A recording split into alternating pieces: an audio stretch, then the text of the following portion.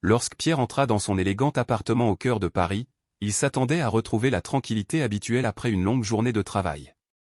Mais cette nuit-là, le silence l'accueillit d'une manière inhabituelle, presque oppressante.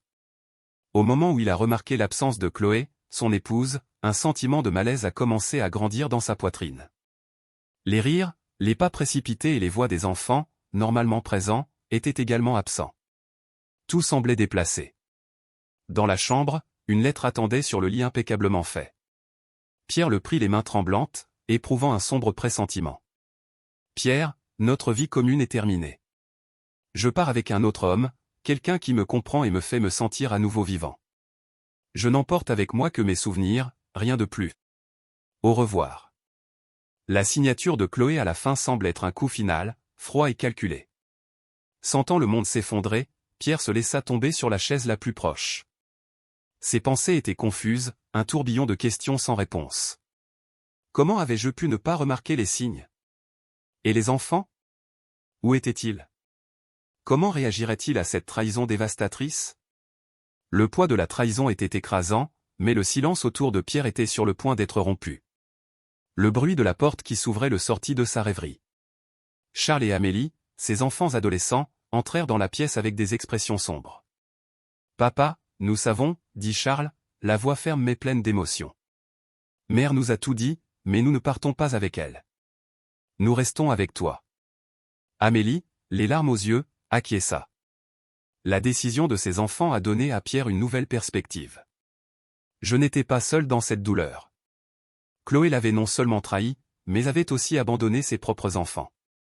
L'image de mère dévouée qu'elle avait toujours projetée s'est brisée. Et cette blessure, pour Pierre, était la plus profonde. Les jours suivants, Pierre tente de passer à autre chose, mais le sentiment d'injustice le ronge. Dans son esprit, une idée commençait à se former, sombre et résolue. Il n'accepterait pas simplement cette trahison. Je rembourserai chaque douleur, chaque larme. Et pour ce faire, il me fallait mieux comprendre l'homme que Chloé avait choisi. Qui était-il? Qu'avez-vous proposé que Pierre n'ait pas pu proposer? Les réponses ne se sont pas fait attendre. Pierre découvre que l'amant de Chloé n'est autre que son ancien collègue, quelqu'un en qui il avait confiance et qu'il considérait comme un ami. La trahison avait désormais une nouvelle couche. Pierre savait qu'il devait agir, mais de manière calculée et froide. Sa vengeance serait méticuleuse, les frappant tous les deux là où cela faisait le plus mal. Au milieu de cette tempête, Pierre a découvert quelque chose d'inattendu. Parmi les documents de Chloé, une enveloppe qui lui était adressée, mais avec un expéditeur qu'il ne connaissait pas. En l'ouvrant, Pierre découvre une vérité choquante, Charles n'était pas son fils biologique. Une vague d'émotions contradictoires l'envahit. Amour, colère, confusion. Que faire de ces informations? Comment le dire à Charles? Mais surtout, comment l'utiliser dans votre vengeance? Pierre, plus déterminé que jamais, regardait ses fils et se promettait de les protéger tous les deux, même si Charles n'était pas de son sang. Après tout, la vraie famille n'est pas seulement définie par la génétique, mais aussi par l'amour et la loyauté. Et cette fidélité, jura Pierre, serait la base de sa vengeance. À ce moment, Pierre était prêt. Le jeu de vengeance avait commencé, et il ne s'arrêterait que lorsque tout le monde paierait pour ce qu'ils avaient fait. Paris, avec ses lumières et ses ombres, sera le théâtre de cette intense intrigue d'amour, de trahison et de vengeance. Pierre Marchand était un homme d'âge moyen avec une carrière réussie d'architecte dans un cabinet parisien renommé. Il a toujours été admiré pour son dévouement à son travail et son souci du détail. Pierre croyait fermement que le secret du succès était la persévérance et la passion pour ce que l'on fait. Sa vie semblait parfaite, un appartement luxueux dans le Marais, une famille qu'il aimait et un travail qui le mettait au défi au quotidien. Chloé, son épouse, était une femme charmante et intelligente qui se consacrait à l'art. Elle possédait une petite galerie dans le quartier latin, où elle exposait des œuvres d'artistes émergents et avait une clientèle fidèle. Chloé a toujours été au centre de l'attention lors des fêtes et événements sociaux, avec son charme naturel et son sourire captivant. Pierre l'a rencontrée lors d'une de ses expositions d'art, et depuis, ils sont devenus inséparables. Le couple a eu 2 enfants, Charles et Amélie. Charles, 17 ans, était un jeune homme introspectif et talentueux. Il a hérité de l'amour du détail de Pierre, mais au lieu de l'architecture, son cœur était dans la musique. Il passait des heures enfermé dans sa chambre, à composer des mélodies au piano. Amélie, quant à elle, à 15 ans, était une explosion d'énergie. Amoureuse de danse, elle se démarque dans tous les concours scolaires. Les frères entretenaient une relation étroite, se soutenant toujours dans leur passion. La vie de famille des Marchand était souvent marquée par des dîners ensemble, des promenades le long de la Seine et des visites de musées et de galeries. Ils aimaient profiter de la vie culturelle qu'offrait Paris.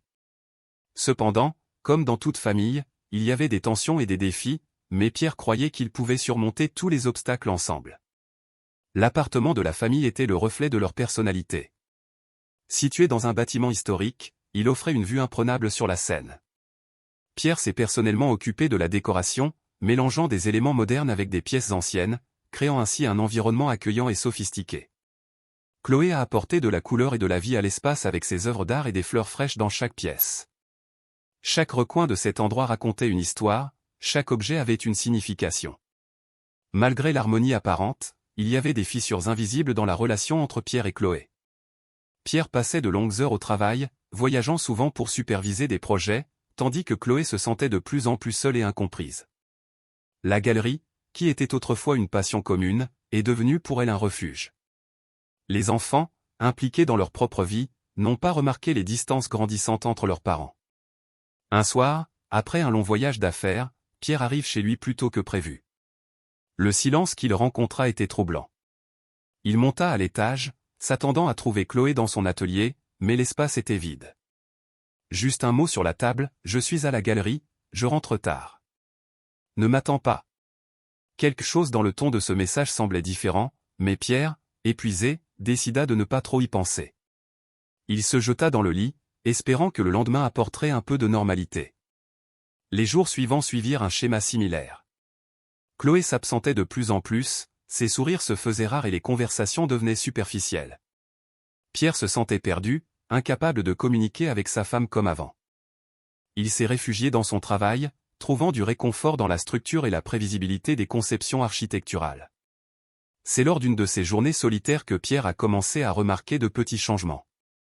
Un parfum différent sur Chloé, des SMS qu'elle a vite cachés, des rencontres inattendues en galerie. Il essaya de l'ignorer, de justifier les changements comme étant dus au stress ou à une simple coïncidence, mais le doute commença à le ronger l'esprit.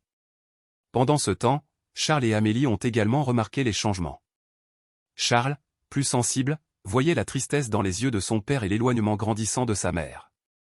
Amélie, avec sa nature vibrante, essayait de ramener de la joie à la maison, mais sentait que quelque chose n'allait pas. La tension était palpable, même dans les moments qui auraient dû être relâchés. Pierre a décidé qu'il devait découvrir la vérité. Il commença à observer Chloé de plus près, essayant de comprendre ce qui se passait. Chaque fois qu'elle partait, il se sentait plus anxieux, se demandant où elle était et avec qui. Les nuits qu'il passait seul dans l'appartement étaient un mélange d'agonie et de détermination. Il savait qu'il avait besoin de réponses, mais il craignait ce qu'il pourrait découvrir. Par un après-midi nuageux, Pierre suivit Chloé jusqu'à la galerie en gardant une distance de sécurité. Il la vit rencontrer un homme, qu'il reconnut immédiatement. Il s'agissait de Marc, un ancien collègue, quelqu'un qu'il considérait comme un ami. Le choc et la douleur de la trahison furent immédiats, mais Pierre resta ferme. Il les observait de loin, remarquant l'intimité entre eux, les sourires complices et les attouchements furtifs. De retour chez lui, Pierre ressentit un mélange de colère et de désespoir. Il savait qu'il devait affronter Chloé, mais pas maintenant. J'avais besoin d'un plan, d'un moyen de gérer la situation sans perdre le contrôle. Il se sentait trahi non seulement par sa femme, mais aussi par un ami. Les enfants, voyant Pierre si bouleversé, s'approchèrent de lui. Charles fut le premier à demander ce qui se passait. Pierre, essayant de protéger ses enfants, dit seulement que lui et Chloé traversaient une période difficile. Mais Charles, conscient de la gravité de la situation, insiste. C'est alors que Pierre, le cœur brisé, dit la vérité sur la trahison de Chloé. La réaction des enfants a été dévastatrice. Amélie pleurait, incapable de comprendre comment sa mère pouvait faire une chose pareille. Charles, les yeux pleins de colère, promit de rester aux côtés de son père. La décision de soutenir Pierre et de ne pas suivre leur mère a été prise à l'unanimité par les enfants, renforçant ainsi le lien qui les unissait. Pierre, désormais fidèle à ses enfants, commença à élaborer son plan de vengeance. Il savait que ce ne serait pas facile, mais il était déterminé à faire payer à Chloé et Marc ce qu'ils avaient fait. sa vengeance serait froide et calculée, les frappant là où cela ferait le plus mal. C'est ainsi que Pierre a fait le premier pas d'un voyage qui allait changer la vie de chacun pour toujours. Pierre, désormais rongé par la douleur de la trahison, entame une enquête méticuleuse sur Marc, l'homme qui lui a volé sa femme. Utilisant son talent pour les détails, il commença à constituer un dossier complet sur lui. Il a découvert que Marc était un homme ambitieux, toujours à la recherche d'opportunités pour avancer dans la vie, peu importe à qui il avait besoin en cours de route. Cette découverte n'a fait qu'alimenter la colère de Pierre, lui donnant encore plus de raisons de se venger. Avec ses enfants à ses côtés, Pierre retrouve des forces. Il s'appuya sur Charles et Amélie qui, malgré la douleur, résistèrent. Charles, grâce à sa perspicacité, commença à aider son père à recueillir des informations. Il a utilisé ses compétences technologiques pour accéder aux médias sociaux et aux archives publiques, découvrant des détails sur la vie de Marc que même Chloé ne connaissait pas. Amélie, quant à elle, a offert un soutien émotionnel, rappelant à Pierre l'amour et la fidélité qu'ils avaient encore en tant que famille. Pierre décide de commencer sa vengeance de manière subtile. Tout d'abord, il a pris contact avec d'anciens collègues de Marc, utilisant son réseau professionnel pour nuire à la réputation de Marc. Il répand de discrètes rumeurs sur l'éthique douteuse de Marc, semant le doute dans l'esprit des supérieurs et des collègues. Marc a commencé à réaliser que quelque chose n'allait pas lorsque des opportunités ont commencé à se fermer de manière inattendue, mais il n'a pas pu identifier la source de ces problèmes. À la maison, Pierre avait du mal à maintenir un semblant de normalité. Il poursuit ses responsabilités de père, tandis que Charles et Amélie poursuivent leurs activités scolaires et artistiques. Cependant, tout le monde savait qu'une tempête se préparait en coulisses. L'appartement qui était autrefois une maison heureuse est désormais devenu le quartier général de la vengeance de Pierre. Pierre savait qu'il devait être plus agressif pour frapper Marc là où ça faisait vraiment mal. Grâce aux informations obtenues par Charles, il découvre que Marc avait des antécédents financiers douteux. Il avait fait des investissements risqués et avait des dettes cachées. Pierre a commencé à saboter ses investissements, utilisant ses contacts dans le secteur financier pour causer des pertes importantes à Marc. Chaque mouvement était calculé pour paraître fortuit, mais Pierre savait qu'il déstabilisait effectivement son ennemi. Chloé, à son tour, a commencé à remarquer les changements chez Marc. L'homme qui semblait si sûr de lui devenait anxieux et distrait. Elle essayait d'ignorer les signes, croyant qu'il ne s'agissait que d'obstacles temporaires. Cependant, la frustration de Marc a commencé à affecter la relation. Des disputes fréquentes et des accusations mutuelles ont commencé à épuiser la relation qui semblait si prometteuse au début.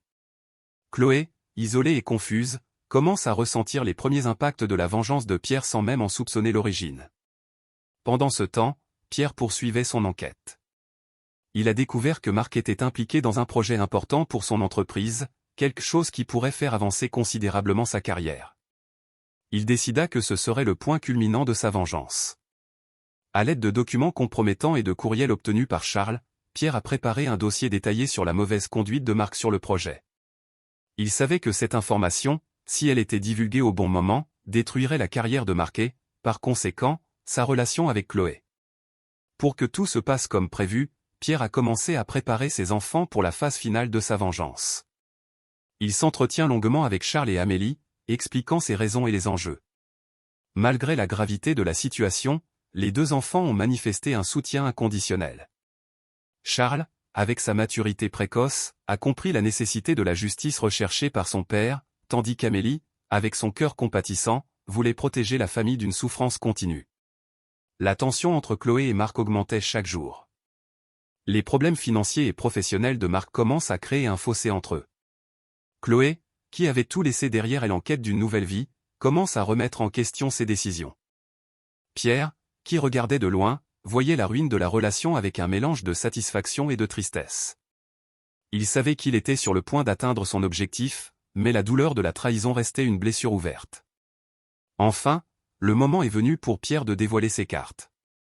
Grâce à un contact médiatique, il a divulgué le dossier sur Marc, s'assurant que l'information parvenait aux supérieurs de Marc et au grand public. Les répercussions furent immédiates et dévastatrices. Marc a été convoqué à une réunion d'urgence, où il a été confronté à des preuves de ses activités illicites. Sa carrière, à laquelle il appréciait tant, s'est effondrée en quelques heures. Désespéré, il a tenté de rejeter la faute sur les autres, mais les preuves étaient irréfutables. Chloé, en voyant Marc tomber, était sous le choc. Elle qui avait placé tous ses espoirs dans cette nouvelle vie, voyait tout s'écrouler sous ses yeux. Pierre, conscient de l'impact de ses actes, attendait juste le moment propice pour l'affrontement final. Il savait qu'il y avait encore un dernier secret à révéler, quelque chose qui changerait à jamais la dynamique entre eux. Pierre a pris son temps. Il savait que la vengeance, pour être complète, devait être ressentie à toutes ses étapes. La froideur avec laquelle il menait chaque action reflétait la profondeur de sa douleur. Et maintenant, avec Marc détruit et Chloé au bord du désespoir, Pierre se préparait au point culminant de sa vengeance, où toutes les vérités seraient dévoilées et où les liens de loyauté et de trahison seraient enfin affrontés. Pierre savait que le moment de vérité était proche. La destruction de Marc et le désespoir de Chloé n'étaient que le prélude à la révélation finale. Il voulait que sa vengeance soit complète, frappant chaque personne là où cela faisait le plus mal. Il a décidé que la confrontation aurait lieu dans un lieu symbolique, où toutes les personnes impliquées se rencontreraient pour faire face à leur vérité. Il a choisi la galerie de Chloé, le lieu où se sont créés tant de souvenirs heureux et où la trahison a commencé. Le jour fixé, Pierre envoie des messages à Chloé, Marc et leurs enfants, leur demandant de se retrouver à la galerie ce soir-là. Il savait que ce serait la dernière étape de son plan, où chacun d'eux serait confronté à des vérités cachées et aux conséquences de leurs actes. Charles et Amélie, conscients de la gravité de la situation, arrivèrent les premiers. Le silence dans la galerie était pesant, et les deux jeunes gens échangèrent des regards anxieux en attendant les autres. Chloé arrive peu après, avec une expression fatiguée et inquiète. Elle remarqua la tension dans l'air, mais n'avait aucune idée de ce qui allait arriver. Marc, quant à lui, entra dans la galerie à pas lourds, sa confiance habituelle ébranlée par les malheurs récents. Pierre les observait d'une distance discrète, ressentant un mélange d'impatience et de tristesse.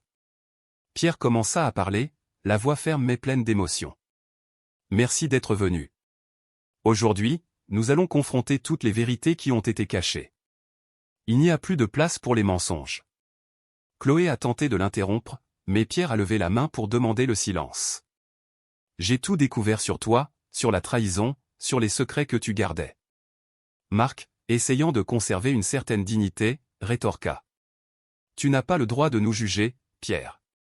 L'amour ne se contrôle pas. » Pierre, d'un air froid, répondit, « Ce que vous et Chloé appelez l'amour n'est qu'un prétexte à la trahison. Et maintenant, nous allons tous en subir les conséquences. » Il se tourna vers Chloé, les yeux pleins de douleur. « Chloé, tu as détruit notre famille à cause d'un homme qui n'a apporté que le chaos. Mais avant de te juger, je veux que tout le monde sache un secret que tu gardes depuis des années. » Pierre prit l'enveloppe qu'il avait trouvée parmi les documents de Chloé et l'ouvrit lentement. « Charles, tu es un fils merveilleux et rien ne changera ce que je ressens pour toi. Mais la vérité est que tu n'es pas mon fils biologique. » Le silence dans la galerie était accablant. Charles se figea, incapable de traiter l'information. Amélie, choquée, se regardait tour à tour, essayant de comprendre. Chloé se couvrit la bouche avec ses mains, les larmes commençant à couler sur son visage. « Pierre, je peux t'expliquer. » Commença-t-elle, mais Pierre l'interrompit. « Il n'y a aucune explication qui justifie ce que tu as fait. Tu m'as menti, à Charles, à nous tous. » Marc, conscient de la gravité de la situation, tente de calmer Charles. « Charles, cela ne change pas qui tu es. Tu es un jeune homme incroyable et... » L'interrompit Charles, la voix remplie de colère et de douleur. « Tais-toi. Tu n'as pas le droit de me parler. Tu as détruit ma famille. » Pierre, gardant le contrôle, continua. « Chloé, ta trahison dépassait tout ce que j'aurais pu imaginer.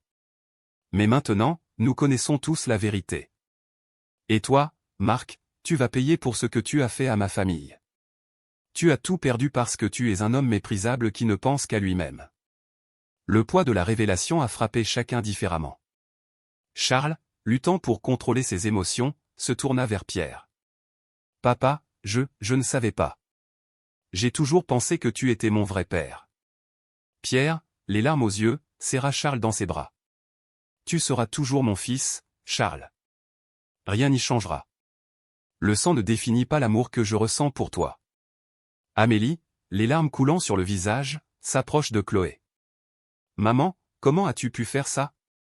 Comment as-tu pu nous trahir comme ça ?»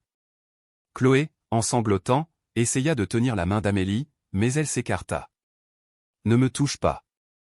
Tu as brisé notre famille. » Pierre, sentant l'intensité du moment, décida qu'il était temps de mettre fin à la confrontation. Je voulais que tout le monde sache la vérité. Maintenant, vous devez vivre avec les conséquences de vos actes. Charles et Amélie, sachez que vous aurez toujours mon amour et mon soutien. Chloé, Marc, vous êtes seuls. Tout ce que vous avez construit était basé sur les mensonges et la trahison, j'espère que cela les hante pour le reste de leur vie. Sur ces mots, Pierre quitta la galerie, suivi de près par Charles et Amélie. Chloé et Marc sont restés sur place, face au vide et à la destruction qu'ils ont provoquée. La vengeance de Pierre était totale, mais la douleur de la trahison lui brûlait encore le cœur. Il savait qu'il lui faudrait du temps pour guérir, mais il était déterminé à reconstruire sa vie avec ses enfants, en tenant la promesse d'amour et de protection qui avait toujours guidé ses actions. Pierre, Charles et Amélie ont parcouru les rues de Paris en silence, chacun plongé dans ses propres pensées et sentiments. Le poids des révélations pesait toujours sur eux, mais la présence de chacun offrait un certain réconfort. Ils savaient qu'il leur faudrait du temps pour tout gérer et trouver une nouvelle normalité. Ils décidèrent de faire une pause dans un café voisin, où ils pourraient discuter sans se presser. Ils s'assirent à une table à l'écart, à l'abri des regards curieux des autres clients. Pierre, l'air fatigué mais résolu, commença à parler. « Je sais que tout cela est difficile à accepter. La vérité est douloureuse, mais elle était nécessaire.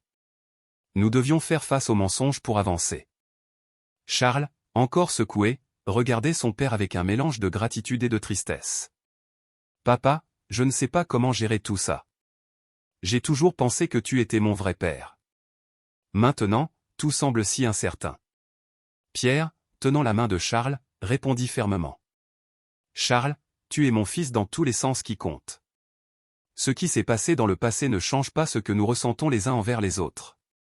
Nous allons surmonter cela ensemble. » Amélie, encore en train de composer avec la trahison de sa mère, a demandé « Et maintenant ? Que allons-nous faire ?» Pierre, regardant ses enfants, a déclaré « Reconstruisons nos vies. Concentrons-nous sur ce qui compte vraiment, notre amour et notre loyauté en tant que famille. Nous avons besoin d'un nouveau départ, loin des mensonges et de la trahison. » Les jours suivants furent transitionnels pour Pierre et ses enfants. Ils ont décidé de déménager dans un nouvel appartement, loin des souvenirs douloureux associés à leur ancienne maison. Ils ont choisi un endroit plus éloigné du centre, dans un quartier calme, où ils pourraient trouver la paix et repartir à zéro. Charles et Amélie se consacrent à leurs études et à leurs passions, trouvant dans la musique et la danse un moyen de faire face à la douleur. Pierre, à son tour, se lance dans son travail, trouvant dans les projets architecturaux un moyen de s'occuper l'esprit. Il savait que la guérison ne serait pas rapide, mais il était déterminé à créer un environnement sûr et aimant pour ses enfants. La nouvelle maison a été décorée avec soin, chaque détail étant choisi pour refléter le nouveau départ recherché. Pendant ce temps, Chloé et Marc faisaient face à leurs propres combats. La galerie de Chloé commence à perdre des clients, la réputation de Marc est en ruine et la tension entre eux ne fait qu'augmenter. La relation qui semblait si prometteuse était désormais entachée par les conséquences de ses actes. Chloé essayait désespérément de retrouver un certain sentiment de normalité, mais la culpabilité et le regret étaient des compagnons constants.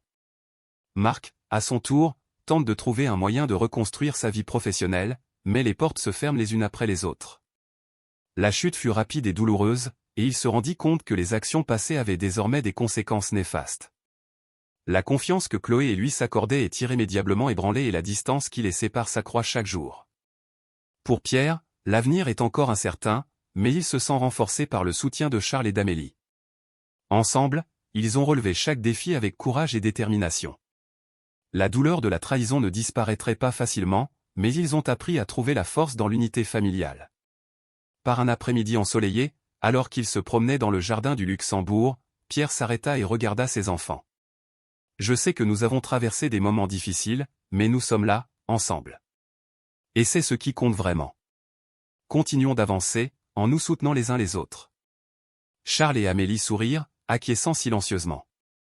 La vie continue, avec des hauts et des bas, mais Pierre sait qu'il y a quelque chose d'indestructible dans le lien qui les unit. La trahison de Chloé a été un chapitre douloureux, mais cela n'a pas marqué la fin de son histoire.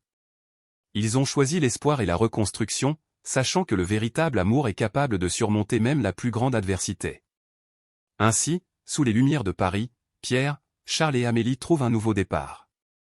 La ville, avec son mélange de beauté et d'histoire, a été témoin de la transformation d'une famille qui a choisi la résilience face à la trahison. Et alors que le soleil se couchait sur la Seine, un nouveau voyage d'amour, de force et d'espoir a commencé à se dérouler. Pierre, Charles et Amélie ont continué leur vie à Paris, trouvant de nouvelles routines et s'adaptant aux changements. Malgré les souffrances du passé, la ville offrait un cadre inspirant pour de nouveaux départs. Pierre, toujours attentif aux besoins de ses enfants, s'est consacré à créer un environnement où il se sentait en sécurité et aimé. Les mois passés, petit à petit, la blessure ouverte par la trahison de Chloé commence à cicatriser. Pierre s'est impliqué dans des projets architecturaux ambitieux, trouvant dans les détails et la créativité une forme de thérapie. Il a également commencé à participer à des événements sociaux et culturels, essayant d'ouvrir son cercle d'amis et de nouer de nouvelles relations. Charles excellait dans ses cours de musique, composant des pièces qui reflétaient son parcours émotionnel. Ses professeurs remarquent son talent exceptionnel et l'encouragent à participer à des concours et à des spectacles. La musique est devenue son exutoire, un moyen d'exprimer des sentiments que les mots ne pouvaient pas capturer. Amélie, à son tour, a brillé dans les concours de danse. Elle a trouvé dans la danse un moyen de canaliser son énergie et ses émotions, remportant des prix et des éloges pour ses performances. La danse est devenue non seulement une passion, mais aussi une source de confiance en soi et d'épanouissement. Malgré les nouvelles réalisations et l'apparente normalité, Pierre savait qu'il restait encore du travail à faire. Il a décidé qu'il était temps d'affronter Chloé une dernière fois, de clore ce chapitre de leur vie et de permettre à chacun d'avancer. Marc était hors de propos, ayant déménagé dans une autre ville à la recherche d'une nouvelle opportunité, laissant Chloé seule face aux conséquences de ses choix. Pierre donne rendez-vous à Chloé dans un café tranquille, loin de l'agitation de la ville. Quand elle est arrivée, elle avait l'air épuisée et pleine de regrets. Les yeux qui brillaient autrefois de vivacité étaient désormais ternes, reflétant la douleur et le regret qu'il portait. Pierre engagea directement la conversation, mais en essayant de comprendre. « Chloé, nous sommes ici parce que nous devons fermer ce chapitre de notre vie. Je sais que tu as souffert aussi, mais les choix que nous avons faits nous ont amenés ici. Nous ne pouvons pas changer le passé, mais nous pouvons décider comment nous avance. » Chloé, d'une voix tremblante, répondit, « Pierre, je sais que j'avais tort, que je t'ai blessé ainsi qu'à nos enfants d'une manière impardonnable. Je me suis laissé emporter par les illusions et j'en ai payé le prix. J'ai perdu tout ce que était le plus important pour moi. Je veux juste que tu saches que, malgré tout, je tiens toujours à toi. » Pierre hocha la tête, ressentant un mélange de colère et de compassion. « Chloé, j'avais tort sur certaines choses aussi. J'étais absente, je me perdais au travail et je ne me rendais pas compte de ce qui se passait. Mais cela ne justifie pas ce que tu as fait. Ce qui compte maintenant, c'est que nos enfants ont besoin de stabilité et l'amour. Et pour cela, nous avons besoin d'une clôture. » Ils parlèrent pendant des heures, se souvenant des bons et des mauvais moments, essayant de comprendre où les choses s'étaient effondrées.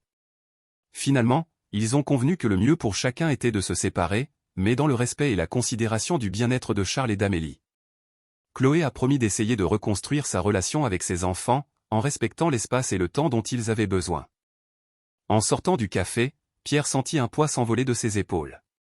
La conversation avec Chloé lui a apporté une sorte de paix, lui permettant de mettre enfin le passé derrière lui. Il est rentré chez lui avec un sentiment de soulagement, prêt à se concentrer pleinement sur l'avenir. La décision de Pierre et Chloé de clore le chapitre de la trahison et de recommencer a apporté un nouveau dynamisme dans la vie des marchands. La relation entre Pierre et ses enfants s'est encore renforcée. Ensemble, ils ont décidé de faire un voyage hors de Paris, à la recherche d'un nouvel air et d'expériences qui les aiderait à guérir leurs cicatrices émotionnelles. Ils ont choisi comme destination le sud de la France, une région riche en histoire, en culture et en paysages époustouflants. Au cours de ce voyage, ils ont exploré de petits villages, goûté à la cuisine locale et se sont perdus dans des conversations profondes et significatives.